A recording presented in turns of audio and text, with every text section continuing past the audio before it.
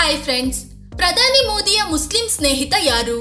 ಇವರ ಬಗ್ಗೆ ಮೋದಿ ಹೇಳಿದ್ದೇನು? ಅಬ್ಬಾಸ್ರನ್ನು ಮನೆಗೆ ಕರ್ಕೊಂಡು ಬಂದಿದ್ಯಾಕೆ ಮೋದಿ ತಂದೆ? ಇಂದಿಗೂ ಮೋದಿ ಕುಟುಂಬವನ್ನು ನೆನೆಯೋದ್ಯಾಕೆ ಅಬ್ಬಾಸ್? ಮೋದಿ ತಾಯಿ ಬಗ್ಗೆ ಅಬ್ಬಾಸ್ ಹೇಳೋದೇನು? ಈಗ ಮೋದಿ ಫ್ರೆಂಡ್ ಅಬ್ಬಾಸ್ ಎಲ್ಲಿದ್ದಾರೆ? ಎಲ್ಲವನ್ನೂ ಈ ವಿಡಿಯೋದಲ್ಲಿ ಹೇಳ್ತೀವಿ. ಅದಕ್ಕೂ ಮುನ್ನ ನೀವಿನ್ನೂ ನಮ್ಮ ಚಾನೆಲ್ಗೆ ಸಬ್ಸ್ಕ್ರೈಬ್ ಆಗಿಲ್ಲ ಅಂದ್ರೆ ಈ ಕೂಡಲೇ ಆಗಿ ಪಕ್ಕದ ಗಂಟೆ ಗುರುತಿನ ಮೇಲೆ ಕ್ಲಿಕ್ ಮಾಡಿ. ಮೋದಿ ತಂದೆ ಅಬ್ಬಾಸ್ ತಂದೆ ಗೆಳೆಯರು. ಪ್ರಧಾನಿ ಮೋದಿ ತಂದೆ ದಾಮೋದರ್ ದಾಸ್ ಮೋದಿ ವಡ್ನಗರದಲ್ಲಿ ಟೀ ಅಂಗಡಿ ಇಟ್ಟುಕೊಂಡಿದ್ರು. ಅದರ ಪಕ್ಕದಲ್ಲೇ ಅಬ್ಬಾಸ್ ತಂದೆ ಮಿಯಾನ್ ಭಾಯ್ ಕೂಡ ಅಂಗಡಿ ಇಟ್ಕೊಂಡಿದ್ರು. ಇಬ್ಬರು ತುಂಬಾ ಕ್ಲೋಸ್ ಫ್ರೆಂಡ್ಸ್ ಆಗಿದ್ರು. ಆದ್ರೆ ಈ ನಡುವೆ 1973ರಲ್ಲಿ ಅಬ್ಬಾಸ್ ಅವರ ತಂದೆ ಮಿಯಾನ್ ಭಾಯ್ ವಿಧಿವಶರಾದ್ರು. ಅಬ್ಬಾಸ್ ಅವರ ನಿಜವಾದ ಊರು ಗುಜರಾತ್ನ ಕೆಸಿಂಪಾ ಅನ್ನೋ ಗ್ರಾಮ. ಅಲ್ಲಿ ಶಾಲೆ ಇರಲಿಲ್ಲ. ಹೀಗಾಗಿ ತಂದೆ ಜೊತೆ ವಡ್ನಗರದಲ್ಲಿ ಇದ್ದುಕೊಂಡು ಓದ್ತಿದ್ರು. ಆದ್ರೆ ತಂದೆ ವಿಧಿವಶರಾದಾಗ ಏನು ಮಾಡಬೇಕು ಅಂತ ಗೊತ್ತಾಗ್ಲಿಲ್ಲ. ಶಾಲೆ ಬಿಡಬೇಕಾದ ಪರಿಸ್ಥಿತಿ ಬಂದಿತ್ತು.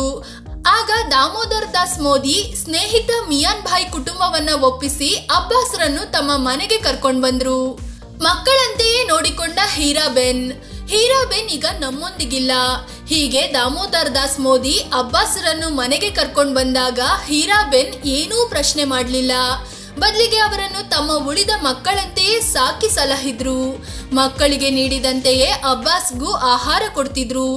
ಅಬ್ಬಾಸ್ ಬಟ್ಟೆಗಳನ್ನ ಒಗಿತಿದ್ರು. ಹೀಗೆ ತಾಯಿಯಂತೆಯೇ ನೋಡಿಕೊಂಡ್ರು. ಮುಸ್ಲಿಮರ ಹಬ್ಬಗಳು ಬಂದಾಗ ಅಬ್ಬಾಸ್ಗೆ ಇಷ್ಟವಾದ ಸಿಹಿ ತಿಂಡಿಗಳನ್ನ ಮಾಡ್ತಿದ್ರು. ಹೀಗೆ 1 ವರ್ಷ ಅಬ್ಬಾಸ್ ಮೋದಿ ಅವರ ಮನೆಯಲ್ಲೇ ಇದ್ದುಕೊಂಡು ಓದಿದ್ರು. ಈ ವೇಳೆ ಮೋದಿ ತಮ್ಮ ಪಂಕಜ್ ಮೋದಿ ಅಬ್ಬಾಸ್ ಕ್ಲಾಸ್ಮೇಟ್ ಆಗಿದ್ರು. ಉನ್ನತ ಶಿಕ್ಷಣ, ಸರ್ಕಾರಿ ಕೆಲಸ.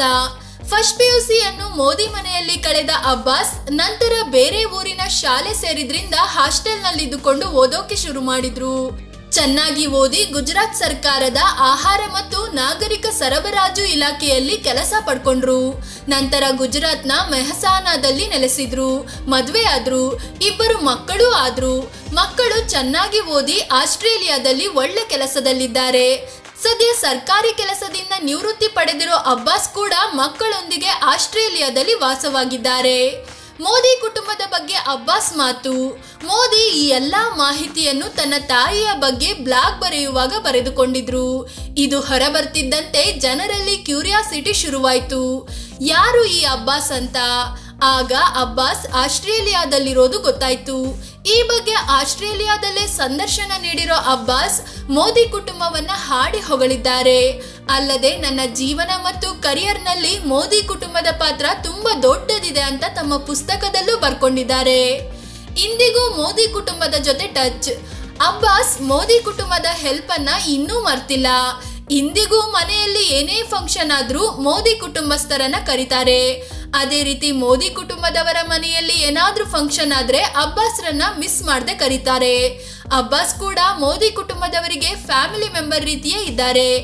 ಆದ್ರೆ ಮೋದಿ ಜೊತೆ ಅಬ್ಬಾಸ್ ಸ್ನೇಹ ಹೊಂದಿದ್ರು ಕೂಡ ಕ್ಲೋಸ್ನೆಸ್ ಏನು ಇಲ್ಲ.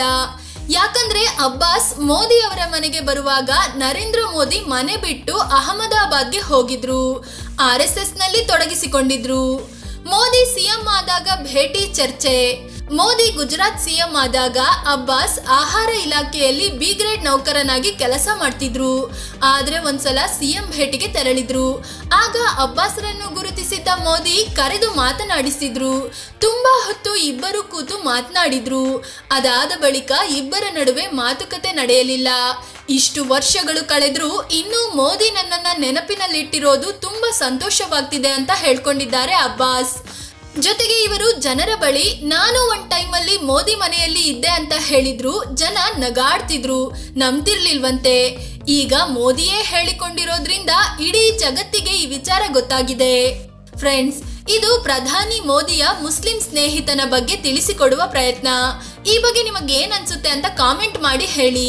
ಅದೇ ರೀತಿ ನೀವಿನ್ನೂ ನಮ್ಮ ಚಾನಲ್ಗೆ ಸಬ್ಸ್ಕ್ರೈಬ್ ಆಗಿಲ್ಲ ಅಂದ್ರೆ ಈ ಕೂಡಲೇ ಆಗಿ ಪಕ್ಕದ ಗಂಟೆ ಗುರುತಿನ ಮೇಲೆ ಕ್ಲಿಕ್ ಮಾಡಿ. ಧನ್ಯವಾದ.